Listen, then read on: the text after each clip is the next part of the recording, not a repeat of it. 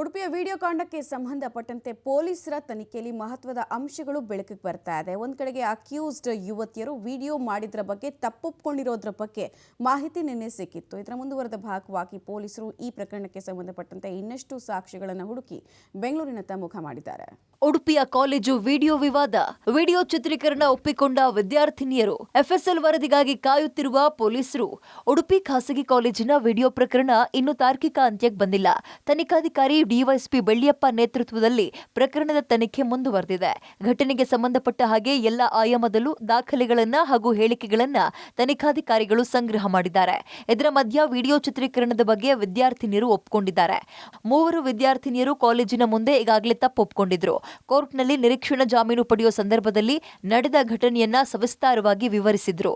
ಈ ನಡುವೆ ಪೊಲೀಸರು ವಿದ್ಯಾರ್ಥಿನಿಯರ ವಿಚಾರಣೆ ನಡೆಸಿ ಹೇಳಿಕೆಯನ್ನ ದಾಖಲು ಮಾಡಿಕೊಂಡಿದ್ದಾರೆ. ತನಿಖಾಧಿಕಾರಿ, ಜುಲೈ 18ರಂದು ಕಾಲೇಜಿನಲ್ಲಿ ಏನೆಲ್ಲ ಆಯಿತು ವಿವರಿಸಿ. ಆರೋಪಿತ ವಿದ್ಯಾರ್ಥಿನಿಯರು, ಮಧ್ಯಾಹ್ನದ ಬ್ರೇಕ್ನಲ್ಲಿ ತಮಾಷೆಗೋಸ್ಕರ ನಾವು ಶೌಚಾಲಯದಲ್ಲಿ ವಿಡಿಯೋ ಮಾಡಕ್ ನಿರ್ಧರಿಸಿದ್ವಿ. ನಮ್ಮ ಗೆಳತಿ ಟಾಯ್ಲೆಟ್ ಒಳಗೆ ಇದ್ದ ವಿಡಿಯೋ ಮಾಡಲು ಪ್ರಯತ್ನ ಪಟ್ವಿ.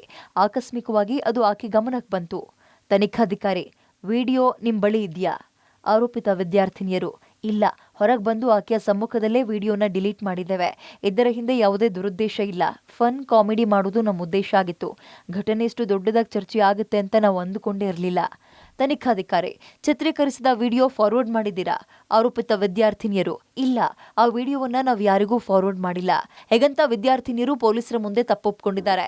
ಕಾಲೇಜು ಆಡಳಿತ ಮಂಡಳಿ ಹಾಗೂ ಸಂತ್ರಸ್ತ ವಿದ್ಯಾರ್ಥಿನಿಯರ ಹೇಳಿಕೆಯನ್ನ ಕೂಡ ಪೊಲೀಸರು ಪಡೆದಿದ್ದಾರೆ. ಎಫ್ಎಸ್ಎಲ್ ವರದಿಗಾಗಿ ಕಾಯ್ತಾ ಇರೋ ಪೊಲೀಸರು 3 ಫೋನ್ಗಳನ್ನ ವಿಧಿವಿಜ್ಞಾನ ಪ್ರಯೋಗಕ್ಕೆ ಕಳಿಸಿದ್ದಾರೆ. 1 ವಾರದ ಒಳಗೆ ಮಾಹಿತಿ ರಿವೀಲ್ ಆಗೋ ಸಾಧ್ಯತೆ ಇದೆ.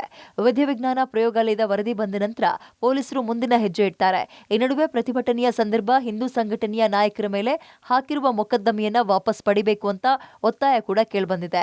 ಪ್ರಕರಣ ವಾಪಸ್ ಪಡಿಲಿಲ್ಲ ಅಂದ್ರೆ ಮತ್ತೆ ಉಗ್ರ ಪ್ರತಿಭಟನೆ ಮಾಡುವುದಾಗಿ ವಿಶ್ವ ಹಿಂದೂ ಪರಿಷತ್ ಭಜರಂಗ ದಳ ಎಚ್ಚರಿಕೆ ಕೊಟ್ಟಿದೆ. Deepak Jain, public TV, Udupi.